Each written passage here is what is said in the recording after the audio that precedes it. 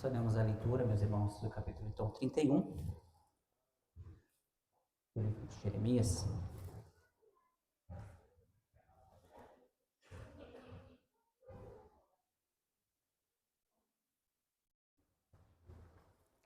Vamos fazer a leitura de todos os versículos. Nós temos 40 versículos. Então, eu vou fazer a leitura e vou anunciando então qual os textos e os versículos que eu lerei com a igreja.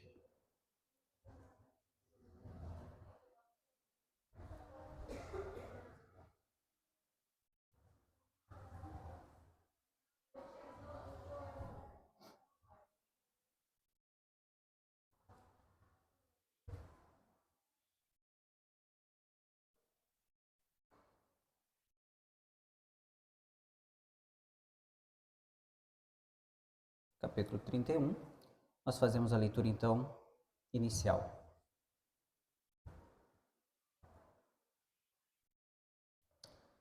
Naquele tempo, diz o Senhor, serei o Deus de todas as tribos de Israel, e elas serão o meu povo. Assim diz o Senhor. O povo que se livrou da espada logrou graça no deserto. Eu irei e darei descanso a Israel. De longe se me deixou ver o Senhor, dizendo, com amor eterno, eu te amei. Por isso, com benignidade te atraí. Ainda te edificarei e serás edificada, ó Virgem de Israel. Ainda serás adornada com os teus adufes e sairás com o coro dos que dançam.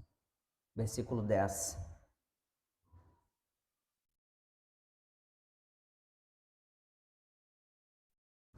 Ouvi a palavra do Senhor, ó nações, e anunciai nas terras longínquas do mar, e dizei: aquele que espalhou a Israel o congregará e o guardará como pastor ao seu rebanho. Porque o Senhor redimiu a Jacó e o livrou da mão do que era mais forte do que ele. Hão de vir e exultar na altura de Sião, radiantes de alegria por causa dos bens do Senhor, do cereal, do vinho, do azeite, dos cordeiros e dos bezerros. A sua alma será como um jardim regado e nunca mais desfalecerão. Versículo 15. Assim diz o Senhor, ouve-se um clamor em Ramá, pranto e grande lamento. Era Raquel chorando por seus filhos, inconsolável por causa deles, porque já não existiam. Assim diz o Senhor, reprime tua voz de choro e as lágrimas dos teus olhos, porque há recompensa para as tuas obras, diz o Senhor, pois teus filhos voltarão da terra do inimigo. Versículo 31.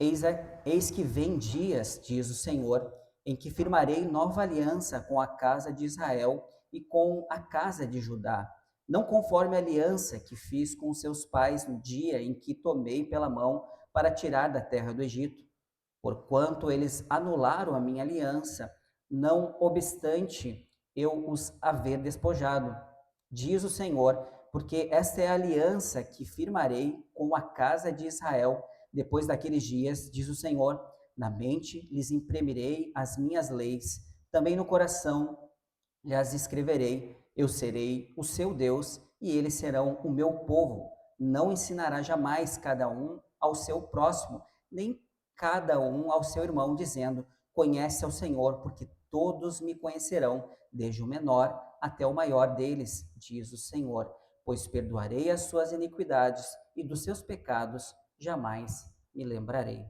Vamos tomar assento, meus irmãos.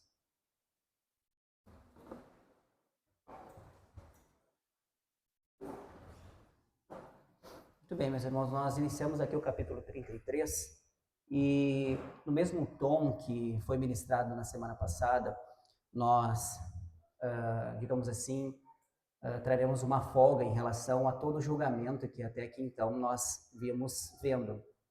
E como título de introdução, eu quero retornar um pouquinho aqui rapidamente na linha do tempo do que nós estamos vendo até agora. Nós vimos então Israel, né, Israel não, Judá, né, sofrendo aí todo esse período em que eles estavam, Jeremias estava pregando para eles.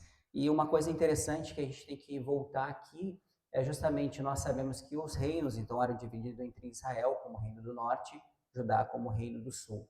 E algo interessante que nós passamos aqui, nós ouvimos nas pregações, como o pecado de idolatria fez com que esse povo se tornasse rebelde e que não ouvisse aquilo que Jeremias vinha vindo pregado todo esse tempo. Nós vimos que mesmo com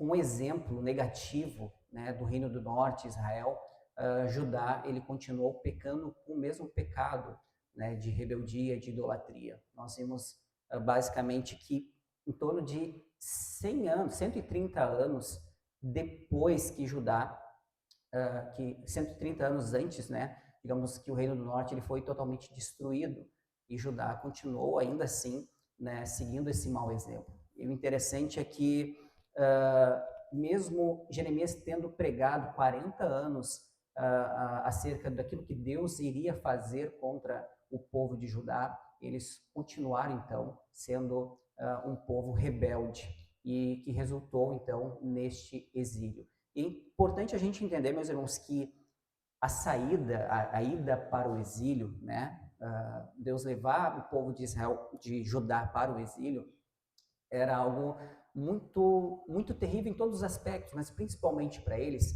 porque perder a terra era sinônimo realmente de um juízo de Deus, porque o povo de Israel, quando foi tirado do cativeiro do Egito, eles estavam sendo oprimidos, estavam lá todo aquele tempo e eles ansiavam por libertação. Deus os libertou e deu uma nova terra. Então, o fato de ter uma nova terra era algo extremamente importante, era sinônimo da bênção de Deus, porque quando Deus tira eles do Egito, logo traz identidade. E ele faz uma promessa que ele seria o seu Deus e eles seriam também o seu povo.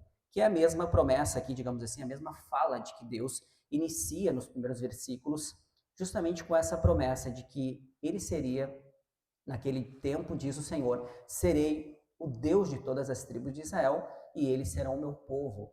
Então, a ida para lá, meus irmãos, como eu falei, era sinônimo desse juízo de Deus, o fato de eles saírem da sua terra, aquela que Deus prometeu, aonde Deus deu uma identidade, deu leis por meio de Moisés, fazia com que todas essas coisas, então, ruíssem, eles perderiam tudo aquilo, então, que faziam eles ser uma nação, ser um povo de Deus, e eles estão perdendo isso. Então, quando Deus novamente chama o povo por meio dessa profecia, né, de Jeremias, é algo extremamente maravilhoso, uma mensagem consoladora por parte de Deus ao seu povo que estava então no exílio. Então, para que nós possamos entender a profundidade dessa profecia, é que era extremamente algo maravilhoso para o povo de Israel que estava sofrendo então todo esse caos. Tendo em vista, meus irmãos, que o povo de Deus estava sofrendo no exílio, o povo de Deus estava sendo oprimido no exílio e também estava com essa cidade totalmente destruída, né? O templo foi destruído, então tudo isso que eles tinham como identidade, eles perderam, né? Tudo foi perdido e eles estavam totalmente inconsolados. E Deus, então, novamente, ele vem para que o povo entenda que Deus ainda ama com seu amor eterno este povo. Então, meus irmãos, a minha mensagem de hoje vai ter 3 pontos. E o primeiro ponto fala do amor eterno de Deus que restaura o seu povo. O segundo ponto fala o choro transformado em esperança. E o terceiro ponto, então, a nova aliança escrita no coração. E cada uma dessas partes nós veremos, então, aquilo que aponta para Cristo, né? E como nós podemos hoje viver nessa esperança, nesse amor que foi então pleno em Jesus Cristo.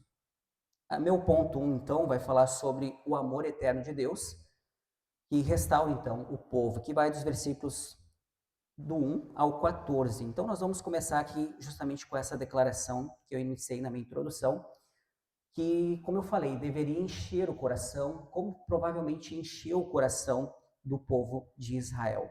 Então Deus fala: naquele tempo, diz o Senhor, serei o seu Deus e todas as famílias de Israel, elas serão o meu povo.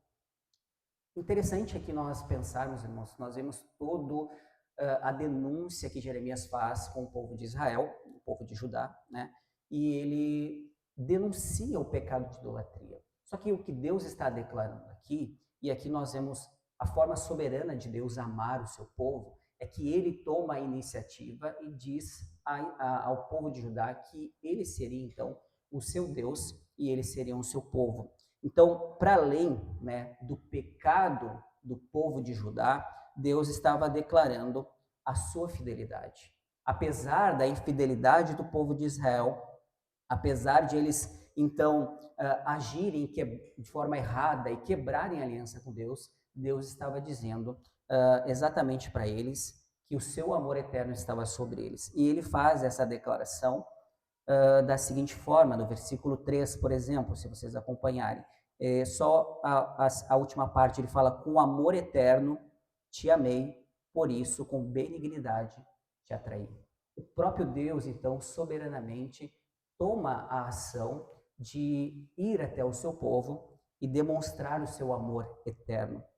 Então perceba, meus irmãos, que o amor de Deus, ele é incondicional.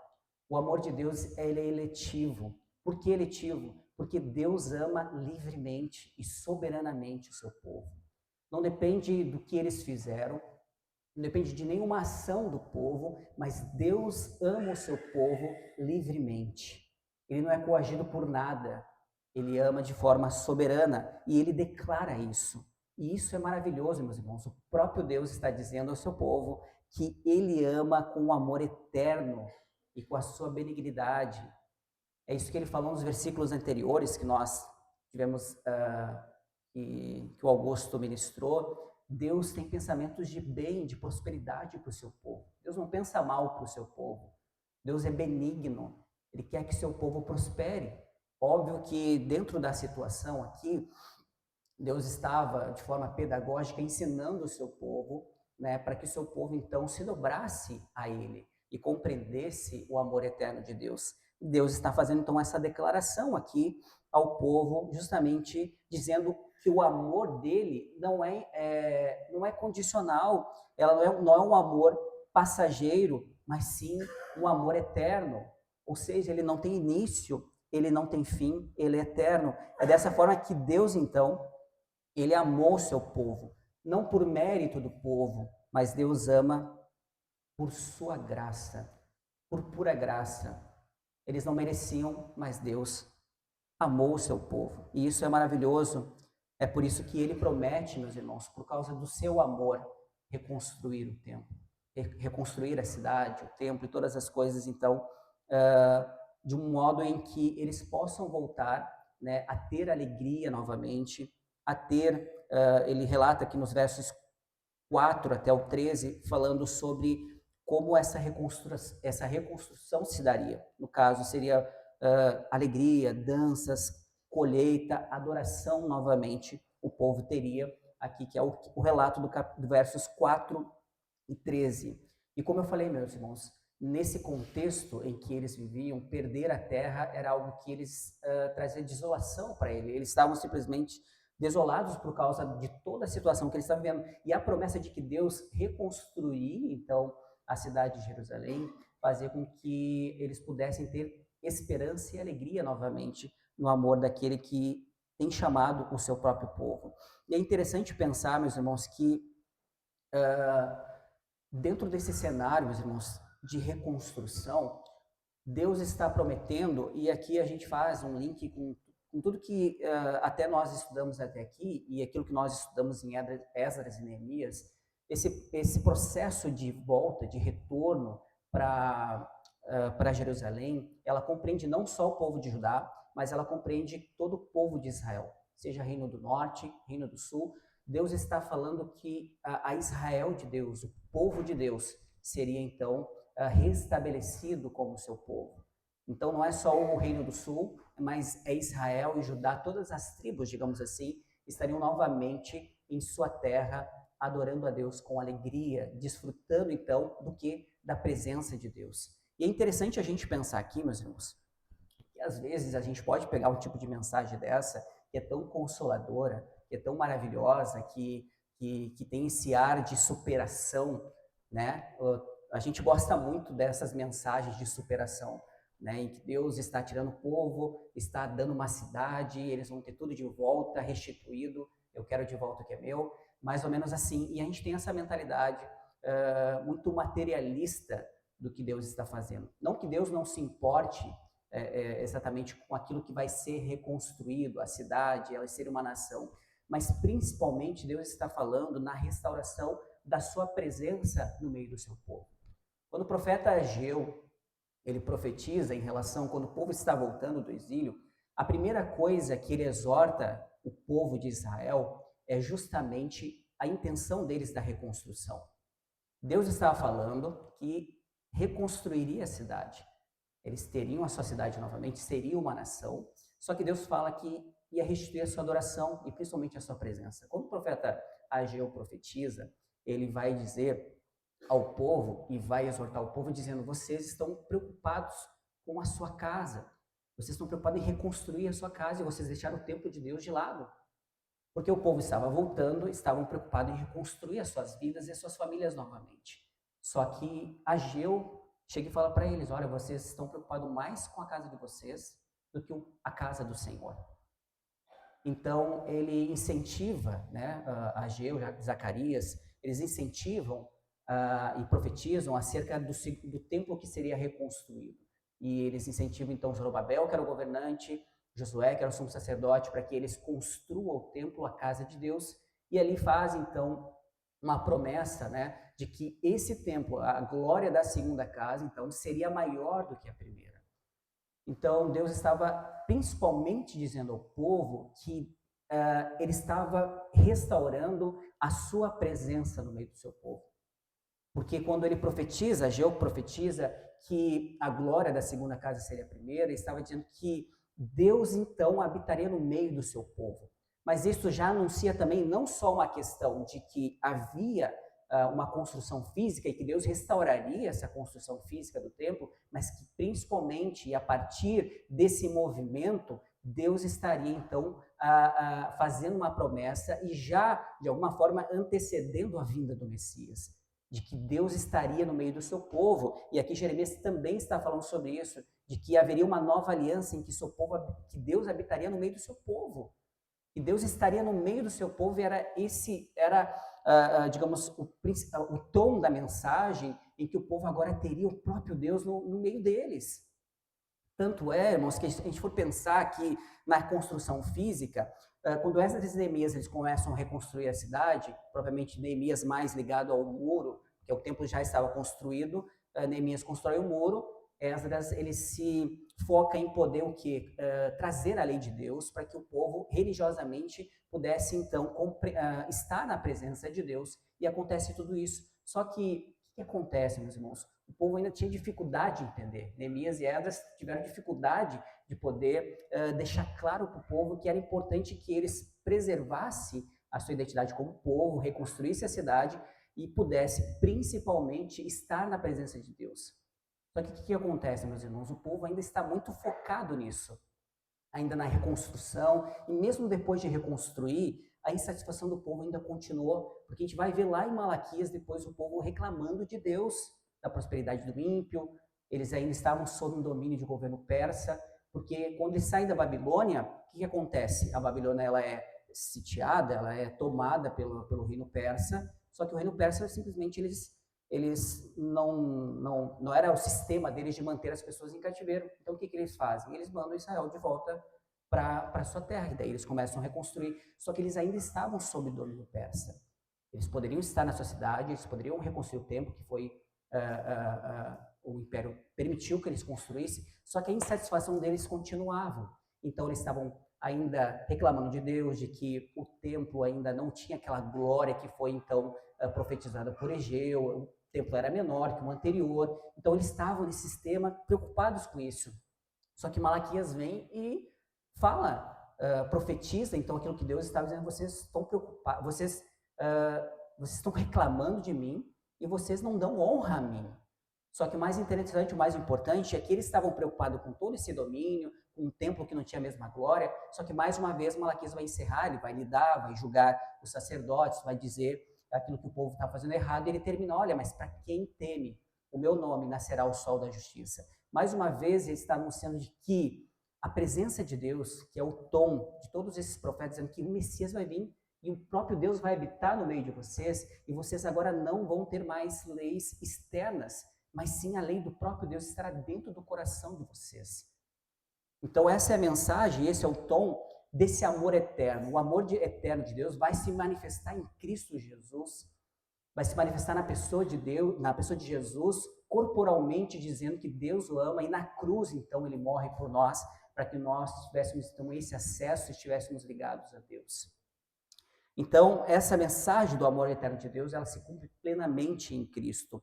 Mas diante de todo esse aparato histórico que a gente pode pensar, Deus está falando que Ele está reconstruindo principalmente restaurando a presença dEle no meio do seu povo. Esse era o maior interesse de Deus, para além dessa reconstrução da cidade, daquilo que muitas vezes a gente torna como uma mensagem de motivação. Deus vai dar tudo que eu perdi, minha vida vai ser melhor. Não que Deus não se preocupe que a sua vida seja melhor e seja próspera, mas Deus está comprometido com que a presença dele seja uma prioridade na vida do seu povo. A sua adoração, o seu serviço, a sua vida com Deus deve ser uma prioridade do seu povo, para além das coisas que Deus pode nos proporcionar e nos prosperar. O seu amor eterno em Cristo Jesus é o que nos basta, é o que nós precisamos, é aquilo que realmente Deus está comprometido a moldar os nossos corações para que possamos andar em sua presença. Então, meus irmãos, é aqui que nós precisamos olhar para Cristo, porque este amor eterno não se limita ao retorno físico de Israel. Então, como eu mencionei, até aqui não se limita a isso. Ele aponta para uma obra maior. Cristo veio buscar e salvar o que se estava perdido. Jesus, como bom pastor, veio reunir então o seu povo, as suas ovelhas, e demonstrar o seu amor eterno por nós.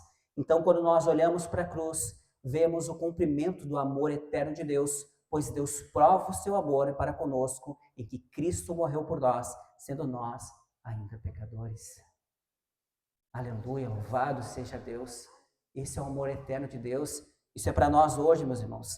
E aí, meus irmãos, aqui a gente pode fazer algumas aplicações já no texto da seguinte forma: a nossa segurança não está em nossa fidelidade, mas na fidelidade de Deus em Cristo.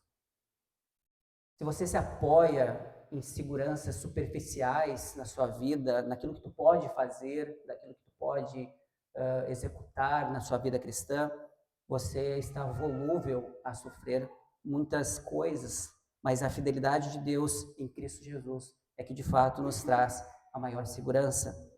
Nossa alegria, meus irmãos, também não depende das circunstâncias, mas de sermos um povo redimido. É isso que nos define. Em Cristo Jesus nós somos redimidos. E a nossa alegria está nisso, não nas coisas que são variáveis neste mundo, mas por Deus ter enviado Jesus e Jesus morrido por nós, para que nós pudéssemos então ser perdoados dos nossos pecados. É isso que deve nos trazer alegria. E é Cristo, meus irmãos, quem nos reconstrói e nos dá a nova vida. Foi Ele que tirou a nossa vida que estava em pecado, disforme, sem sentido, e nos deu agora sentido, nos deu propósito em Cristo, uma nova identidade, e fomos reconstruídos como novas criaturas em Cristo Jesus. Se isso não for um motivo de alegria e de prova de amor eterno de Deus, nós estamos equivocados no nosso cristianismo, mas que possamos olhar para isso com alegria nesta manhã. Vamos para o ponto 2, então. O ponto 2 fala sobre o choro transformado em esperança, que vai dos versículos, então, 15 ao 22. Muito bem, meus irmãos, agora o texto ele muda um pouco de tom e nos leva para Ramá, que é um lugar de dor. O versículo 15, então, relata o seguinte: ouve-se uma voz em Ramá, lamentação e amargo pranto, é Raquel chorando por seus filhos, e não quer ser consolada porque já não existiam. Muito bem, meus irmãos, essa figura aqui, essa ideia, né, está falando, Jeremias usa a figura de Raquel, que chora pelos seus filhos, aqui Raquel, esposa de Jacó, mãe de José e Benjamim, pode parecer meio estranho. Por que ela chora pelos seus filhos? Porque, obviamente, José foi levado, foi morto, né, morto não, né? Foi anunciado que ele tinha morrido, mas ele foi levado, então, como escravo para o Egito. E Benjamim, Raquel morreu dando à luz a Benjamim. Então, por que ela chora? Porque se ela nem viu os filhos, então, indo para o exílio, digamos assim, para o cativeiro. Aqui, meus irmãos, só para que a gente entenda no contexto, é que Raquel representava todas as mães dos dois reinos, porque Efraim, filho de José, era então a tribo mais, digamos assim, mais destacada, mais influente do Reino do Norte, das 10 tribos que tinham no Reino do Norte, e Benjamim estava entre esses dois reinos e fazia parte do Reino do Sul. Então, são os filhos que representam, então, todas as tribos de Israel. Então, a figura aqui de Raquel é utilizada dizendo que ela é a mãe que representa todas as mães, então, que choram pelos seus filhos que estão indo para o exílio. Todas as famílias que foram destruídas, então, toda a cidade que está comovida com esse choro e que não quer ser consolada. Jeremias usa essa figura e justamente trazendo a imagem desse povo ferido, famílias destruídas, filhos levados para o exílio. Então, esse é o profundo lamento aqui que demonstra esse choro de Raquel, tendo em vista que o povo, então, estava totalmente desolado. Então, Deus responde a esse choro da seguinte forma: reprime, versos 16 e 17, reprime a tua voz de choro e as lágrimas dos teus olhos, porque há recompensa para o teu trabalho, há esperança para o teu futuro. É assim que Deus responde o choro de Raquel, o choro das mães que choram, então, por esse exílio, por esse lamento, então, de tudo aquilo que estava acontecendo, e era algo devastador para o povo de Israel. Agora, tem algo mais importante ainda que esse texto aponta, e é muito interessante. Eu quero que vocês peguem o texto de Mateus, do capítulo 2.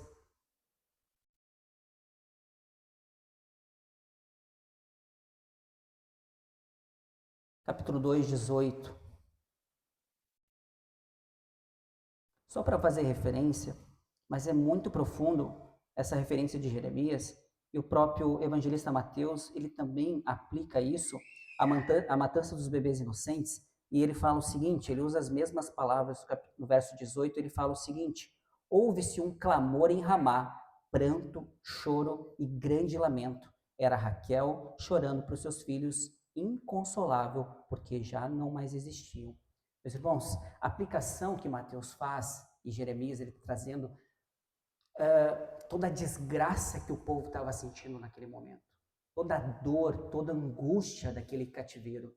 E o Mateus usa novamente com muita profundidade essa mesma aplicação, exatamente dizendo que Cristo, de alguma forma aqui, quando houve a matança, o rei Herodes manda matar todos os bebês abaixo de 2 anos, com o propósito de matar a Jesus que tinha nascido. É justamente essa profundidade que Mateus quer trazer esse texto, ele aplica ao nascimento de Cristo. Ele vai falar aqui justamente as mesmas palavras de Jeremias, quando as crianças foram mortas por causa do nascimento do Salvador. É como se Mateus dissesse, para tudo daquele cenário terrível de bebês sendo mortos, meus irmãos, muitos bebês. Imagine aquela cena drástica de todo daquele povo que estava vendo Herodes matar centenas de bebês. É algo terrível. Se vocês pensarem, a matança dos bebês, as mães chorando, as pessoas desoladas com aquela situação de tudo que estava acontecendo, era algo terrível. Bebês estavam sendo mortos. É como se Mateus justamente dissesse: sim, esse caos foi instaurado, os bebês estão sendo mortos, tudo é injustiça. Ele está dizendo: sim, o mundo ele chora, mas a esperança nasceu. Ele usa todo esse cenário devastador e ele utiliza as mesmas palavras de Jeremias para dizer: sim, o mundo está chorando com toda a injustiça, com tudo que está acontecendo. Sim, ele está chorando, mas agora nasceu o Salvador. Jesus é aquele que veio então para trazer esperança à nossa dor. Jesus é aquele então que assumiu o nosso choro. Ele está dizendo que agora aqueles que estavam chorando, desolados, com tamanha dor, ele está dizendo agora Jesus, esse que nasceu é a nossa esperança. Esse que nasceu, então, está assumindo o choro daqueles que são injustiçados. Nossas dores, até mesmo a nossa morte, é Cristo na cruz, então que paga esse alto preço para que nós agora tivéssemos vida em Cristo Jesus. Então, Jesus é a esperança, Jesus é, então, a resposta para a dor humana, para o choro humano, para o consolo daqueles que sofriam, então, em cativeiro. Então, meus irmãos, é na cruz que ele levou todo o peso do nosso pecado da humanidade e na sua ressurreição ele garantiu que o choro não seria a palavra final. Então, se você hoje tem dores, se você chora de tristeza, porque você perdeu alguém, porque houve dores na sua caminhada, pode ter certeza, meus irmãos, que a ressurreição de Jesus garantiu que essa não é a palavra final de Deus. Deus um dia vai nos tirar, digamos assim, desse exílio, para que nós possamos estar na sua cidade santa e desfrutarmos da sua eterna presença. Esse é o objetivo de Deus, isso é uma alegria que nós temos em Cristo Jesus. Então, meus irmãos, aplicando um pouco desse ponto 2, é em Cristo, meus irmãos, que as lágrimas que nós derramamos encontram um futuro seguro. Somente em Jesus nós encontramos um futuro seguro. Todas as lágrimas, tudo aquilo que nós em algum momento sofremos aqui nessa vida, nós vamos sempre encontrar em Jesus Cristo um futuro seguro, somente na sua presença. Outro ponto aqui de aplicação é que a esperança cristã, ela não é, meus irmãos, um otimismo frágil, não é uma autoajuda em que as pessoas dizem palavras de otimismo, né, de pensamento positivo, mas sim, meus irmãos, é a certeza firmada na ressurreição de Jesus. Se há futuro, se há esperança, se há motivos para que nós possamos caminhar em meio às dificuldades da vida, não é porque nós somos otimistas, não é porque nós encaramos a vida de modo mais leve, não é porque nós temos otimismo de que as coisas vão melhorar, não é porque assim, não, mas se Deus fez isso é porque tem um propósito melhor, aquela coisa mais clichê, às vezes não vai ter resposta aqui nessa terra, mas a garantia é que Jesus ressuscitou. A garantia é que Jesus ressuscitou e juntamente com Cristo nós também ressuscitaremos no último dia. Essa é a esperança que nos conduz não para um otimismo barato, mas para uma verdade eterna, onde nós alcançaremos a eternidade com Jesus. E essa deve ser a nossa maior motivação. E também aqui outro ponto de aplicação é que nós podemos dizer, meus irmãos, graças a Deus, nós podemos dizer com confiança, há esperança para o nosso futuro. A esperança para o nosso futuro, porque Cristo venceu a morte.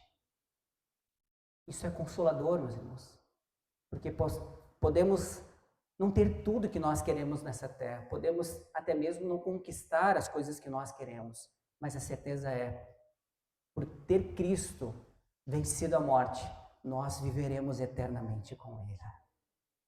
Nós teremos um amanhã sempre, e essa é a segurança do povo de Deus em Cristo Jesus. Você se console com essa verdade. Mas há um outro ponto aqui importante, que eu também quero chamar a atenção, daí dos versículos 18 a 20, uma perícope curta aqui, que fala justamente um tema importantíssimo do povo de Israel, que é justamente um clamor em relação ao seu arrependimento a Deus. E eles falam o seguinte nos versos 18 a 20, basicamente, fala de um arrependimento que o povo de Israel teve em relação ao seu pecado. Vamos voltar aqui a Jeremias.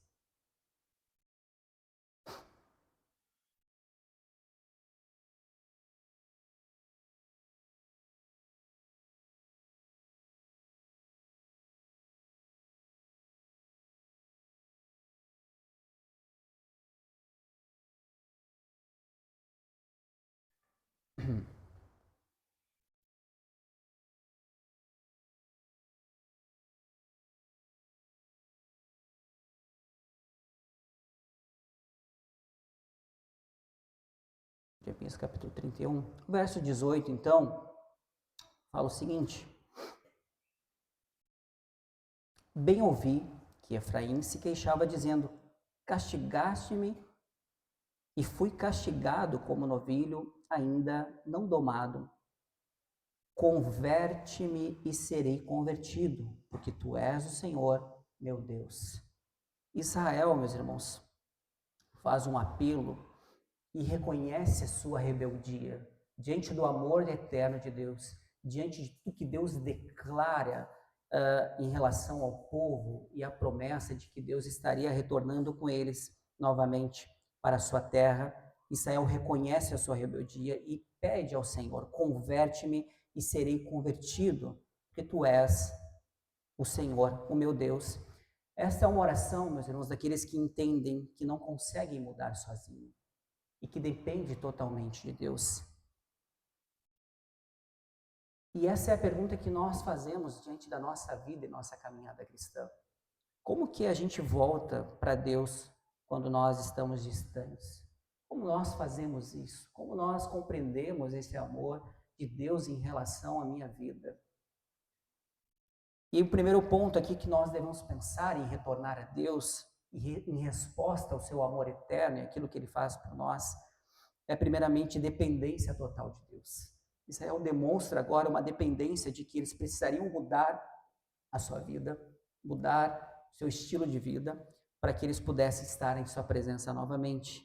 O povo pede, então, converte-me. Ele reconhece, então, que o arrependimento, meus irmãos, verdadeiramente ele vem somente de Deus. Então, esta é a oração do povo, dizendo: Deus, converte-nos, muda-nos, transforma-nos. É dessa forma que nós devemos agir diante de Deus, porque em nossos esforços nós não conseguimos fazer isso, mas o próprio Deus, com a sua graça, com o seu poder, transforma-nos para que possamos viver em sua presença, uma nova motivação em Cristo Jesus. Nós também, meus irmãos, como eu falei aqui, nós somos incapazes de mudar, né, de forma nós mesmos, por nossa própria conta. Então, o que a gente precisa pensar que nós não devemos sempre pensar nos nossos esforços, nós não devemos confiar na força da nossa vontade. Agora eu senti que eu preciso fazer algo, agora eu preciso, naquelas motivações, digamos, exteriores, ou talvez do próprio coração humano, não, eu senti que agora eu preciso tomar uma decisão. Na verdade, nenhum de nós devemos sentir algo que nós devemos fazer. Não é algo emocional, não são atitudes simplesmente próprias nossas, da nossa própria vontade. Se depender disso, meus irmãos, até nós teremos boa motivação e tomar, agora eu vou dar o primeiro passo diante de Deus. Na verdade, Deus já tomou este passo. Deus está dizendo que você precisa confiar nele, em Cristo, e aí sim, a partir disso, você deve pedir a Deus: Deus, converte-me, transforma-me, faz que o meu coração ame mais a Ti, faça que o meu coração ame servir a Tua igreja, faça que o meu coração se dobre à Tua presença. E é isso que nós devemos pedir: Deus, toca no meu coração, toca em mim, me transforma para que eu possa seguir o Teu caminho. Outro ponto importante aqui dessa conversão, dessa mudança, é um quebrantamento real. O verso 19 fala que mostra um povo humilhado, que diz que bate no peito e diz: eu fiquei envergonhado. Israel estava envergonhado de toda a sua rebeldia contra Deus. Então há um quebrantamento real, há um arrependimento verdadeiro, e esse arrependimento verdadeiro, ele dói.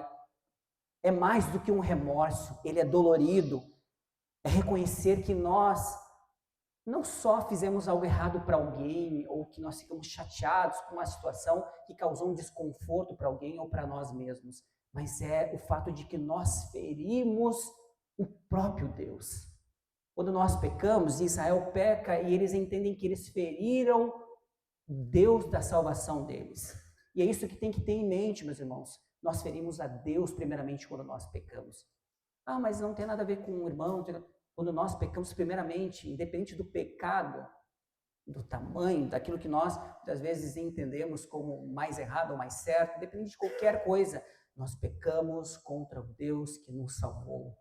O Deus que nos amou quando nós ainda éramos pecadores.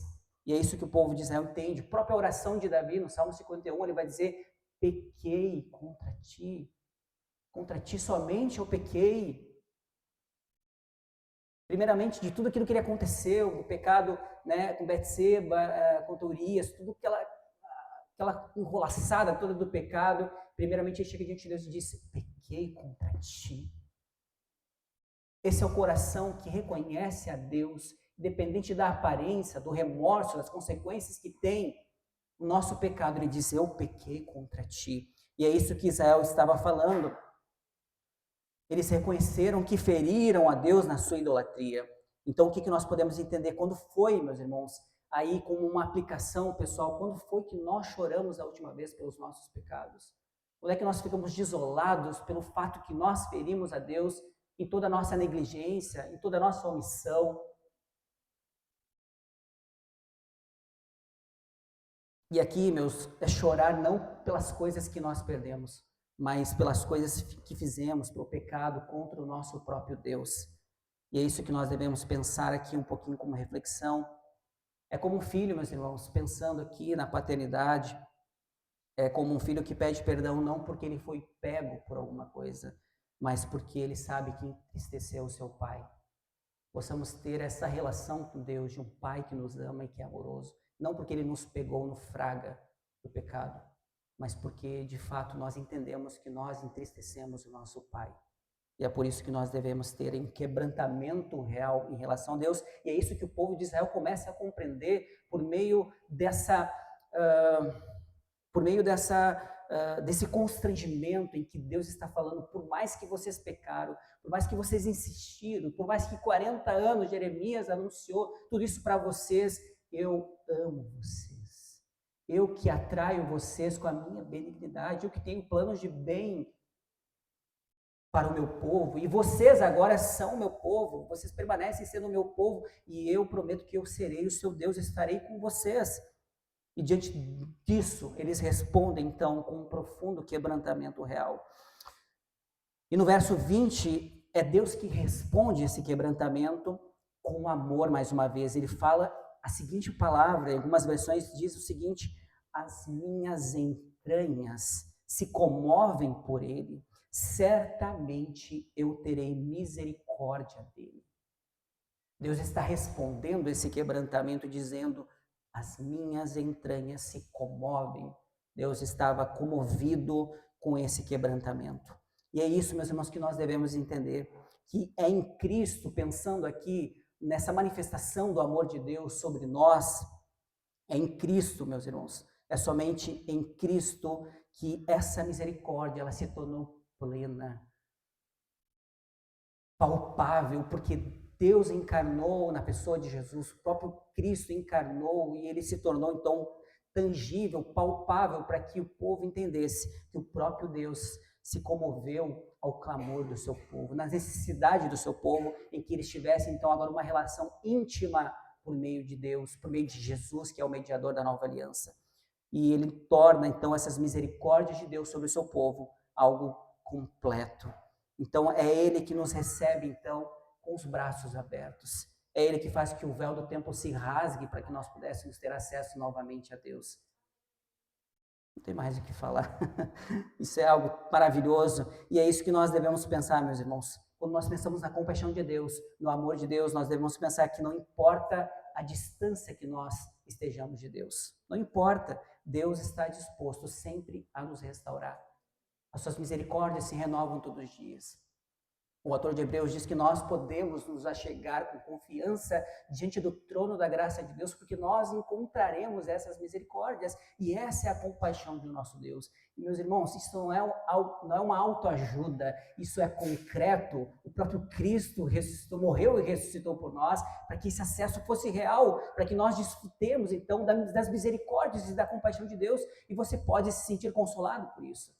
Não fique com receio, não fique com medo de receber o amor de Deus. Deus ama-nos em Cristo Jesus e esse amor é eterno. Aleluia.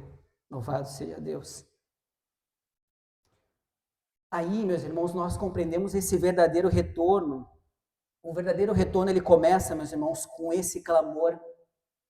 Israel estava voltando a sua adoração a Deus. Eles estavam realmente entendendo, pelo menos naquele momento, que o verdadeiro retorno à sua terra era: converte-me, Senhor, porque nós queremos estar em tua presença, que tu és o nosso Deus. Esse é o verdadeiro retorno, para além do retorno físico. Esse arrependimento, meus irmãos, é que se prova dentro desse quebrantamento, é que encontra, então, a resposta do amor de Deus para o seu povo. E o apelo aqui, meus irmãos, diante dessa afirmação que nós devemos fazer, é se existe alguma área da nossa vida hoje que nós devemos dizer ao Senhor: converte-me, Senhor. Pense nisso, há alguma área da sua vida que você deve dizer ao Senhor: converte-me, Senhor. Transforma, muda a minha vida. E a partir disso, meus irmãos, confie sempre em Jesus, que Deus nos perdoa por meio dele, da sua obra, da sua vida, e por meio da sua morte e ressurreição, ele nos transforma e nos restaura. E meu ponto 3, já encaminhando para o final, que compreende os versículos 31 a 40, nós chegamos aqui basicamente no ápice do que Deus está anunciando para o povo e aonde se completa toda essa mensagem que está vindo e está girando em torno desta nova aliança. O terceiro ponto fala a nova aliança que está escrita agora no coração, está escrita na mente e no coração do povo de Deus. E essa é a promessa que Deus está fazendo. Verso 31, então, fala que eis que dias vêm, diz o Senhor, em que farei uma nova aliança com a casa de Israel e com a casa de Judá. A antiga aliança, meus irmãos, foi quebrada pelo próprio povo, pelos antepassados. Mas agora Deus está prometendo algo novo, uma nova aliança, algo totalmente diferente do que o povo tinha vivido até agora. Algo inesperado, talvez, para o povo que entendia que o fato de ter o templo era tão importante a lei externa, digamos assim, uma lei que trazia todo o aparato para que eles tivessem que seguir, a lei, o templo. Tanto é que eles se apoiavam, isso nós vimos em pregações anteriores, o próprio pastor Rodrigo mencionou, em que eles se apoiavam o fato de eles terem a lei, o fato de eles terem um templo, e eles viviam na idolatria, só que se apegavam nessas coisas externas. Bom, a gente tem um templo, a gente vai lá, sacrifica, a gente tem a lei, enfim, nós somos, de certa forma, o povo de Deus, e eles ficavam nesse pecado de idolatria, vivendo a vida incompatível à lei do Senhor. E essa é a resposta de Deus, meus irmãos, em relação à antiga aliança. Deus está dizendo agora tem algo novo. Vocês devem entender que agora a lei não estará mais externamente em tábuas, mas estará no coração de vocês. Deus vai imprimir dentro do coração humano a sua lei. Por meio de Jesus ele vai fazer isso. E ele fala o seguinte: porei, verso 33, porei a minha lei no seu interior. Olha que maravilha, Deus é maravilhoso. É Ele que faz isso, Ele vai botar a sua lei dentro do seu interior e escreverei no seu coração e serei o seu Deus e eles serão o meu povo. Que declaração maravilhosa, meus irmãos. Você faz parte do povo de Deus e Deus é quem te trouxe, foi Deus quem colocou a sua lei dentro do teu coração, e ele diz: vocês serão o meu povo, porque todos, verso 34, porque todos me conhecerão, porque lhes perdoarei a sua maldade e dos seus pecados jamais lembrarei. Pense Deus falando isso para nós.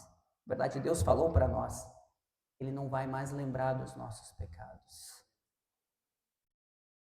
Isso é algo extraordinário, meus irmãos. A lei antes que estava escrita, então, em pedras, agora ela vai ser gravada no nosso coração. A relação com Deus, meus irmãos, agora vai mudar totalmente. É Deus dizendo o seguinte: a minha relação com vocês agora vai ser muito mais íntima, muito mais íntima.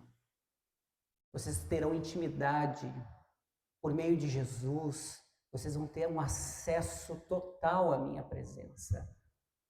Não vai ter todo esse aparato em que somente um representava o povo, que fazia com que, havia os sacrifícios, havia uma separação que o véu do templo fazia entre a presença de Deus e o seu povo. Deus está falando agora, vocês vão ter acesso direto à minha presença, total, por causa de Jesus. E é isso que ele está falando, vocês vão ter esse acesso direto e ainda vai haverá, e a partir disso, por causa de, obviamente, de Cristo, é que esse perdão, meus irmãos, ele se tornará definitivo.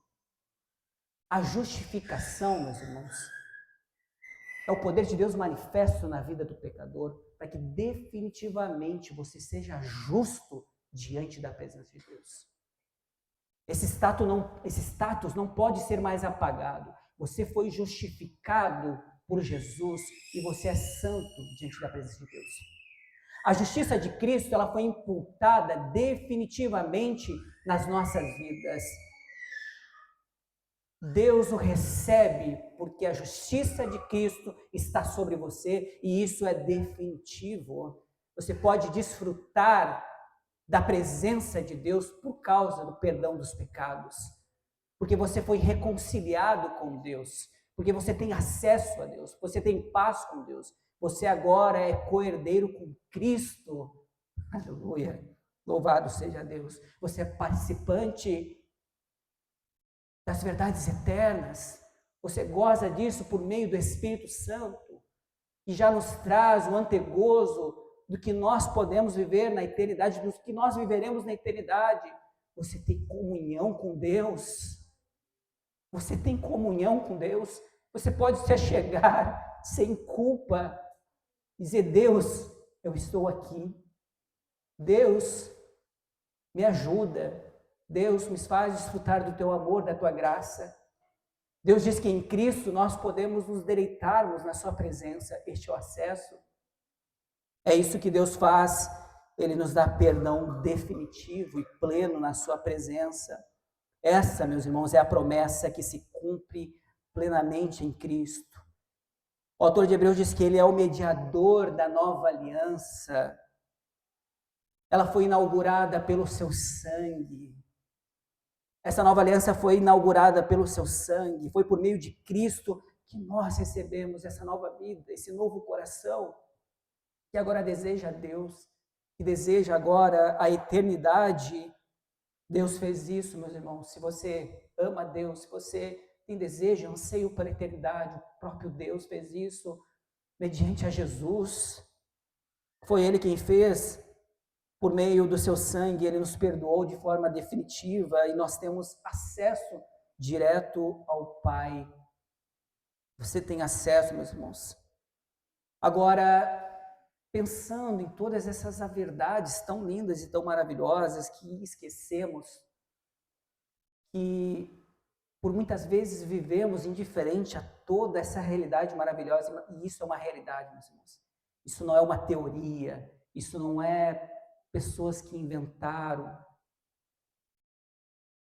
A prova do amor de Deus, ela é uma realidade. O fato de que nós éramos pecadores escravos do pecado é uma realidade em que nós caminhávamos rumo ao inferno, à perdição. Mas Deus, que é rico em misericórdia, por meio do seu Filho Jesus, que nos amou, fez com que a realidade eterna passasse a ser algo em que nós pudéssemos participar. E a única forma de participarmos das realidades eternas é que Cristo morreu e ressuscitou por nós. Porque se você vai desfrutar da eternidade, é porque Cristo pagou um alto preço para que você pudesse, então, ter a esperança de que no último dia da sua vida, você ressuscitará e estará com Deus na eternidade. Aleluia! Louvado seja Deus! Nós não vivemos, então, mais um código externo, mas por uma transformação interna que é operada pelo Espírito Santo de Deus.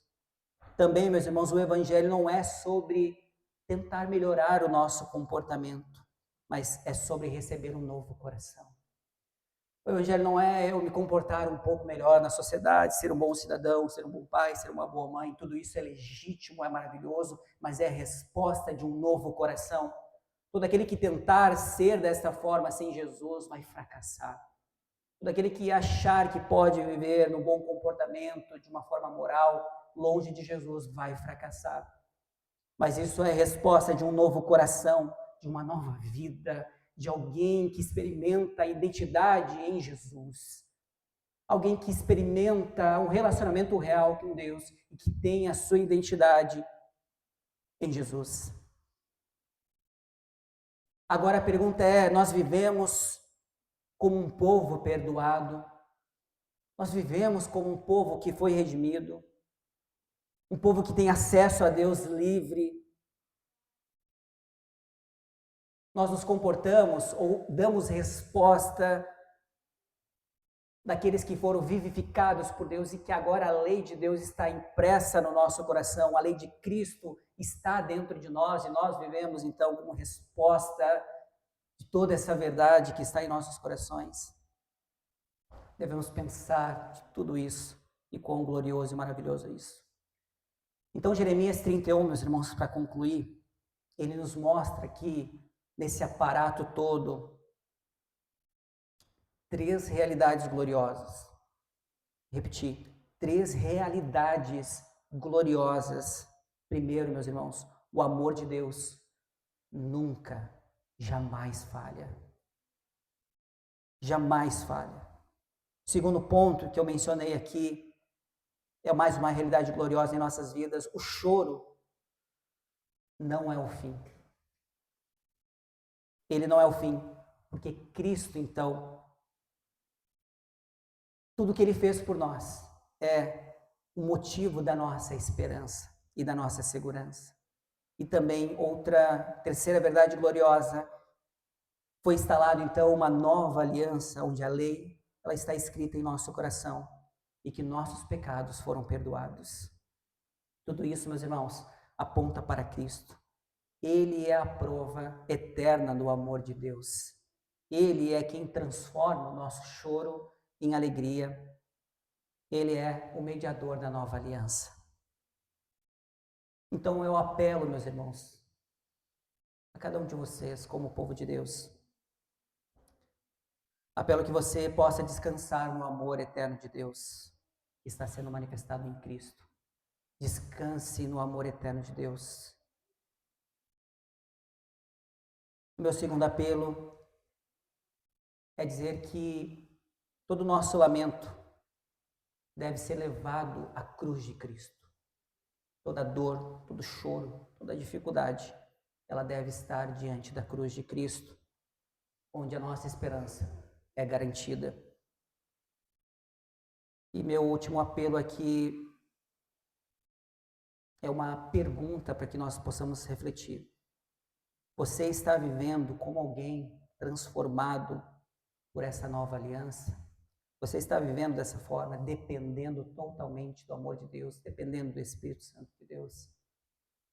Reflita sobre isso, porque não foi ontem, não vai ser amanhã, mas hoje, meus irmãos, você deve confiar mais em Deus.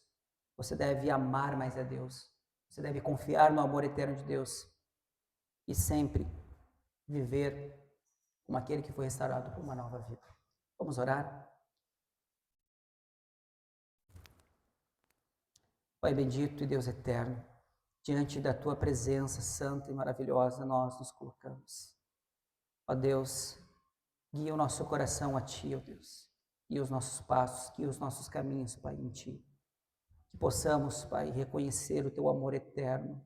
Que possamos, Pai, confiar e ter esperança, Senhor, que em meio às dores, às lutas, às dificuldades, somente encontramos respostas, Senhor, na pessoa de Jesus Cristo, que é o mediador dessa nova aliança, que fez no Senhor filhos Teus, reconciliados, Pai, para viver a eternidade contigo.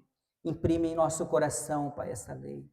Imprime a lei de Cristo em nosso coração para que vivamos, Senhor, para a Tua glória. E assim desfrutemos, Pai, de tudo aquilo que Tu tens, Senhor, na pessoa de Jesus, todo o deleite que há, Senhor, na Sua vida, na Sua morte e ressurreição, que nos deu acesso diretamente a Ti. E podemos desfrutar de plena comunhão e de perdão dos pecados, que nos torna a realidade, Senhor, da eternidade, algo em que nós podemos confiar que estaremos, Senhor, contigo para todo sempre. Que esse seja, Senhor, o consolo dos nossos corações e a alegria da nossa alma para vivermos, Senhor, sempre para a Tua glória, para que manifestemos, Senhor, a Tua glória neste mundo, Senhor, cumprindo a nossa missão, Senhor, e cada vez mais, Senhor, amando a Ti neste mundo. Assim queremos orar em gratidão e louvor a Ti, em nome do Teu Filho Jesus.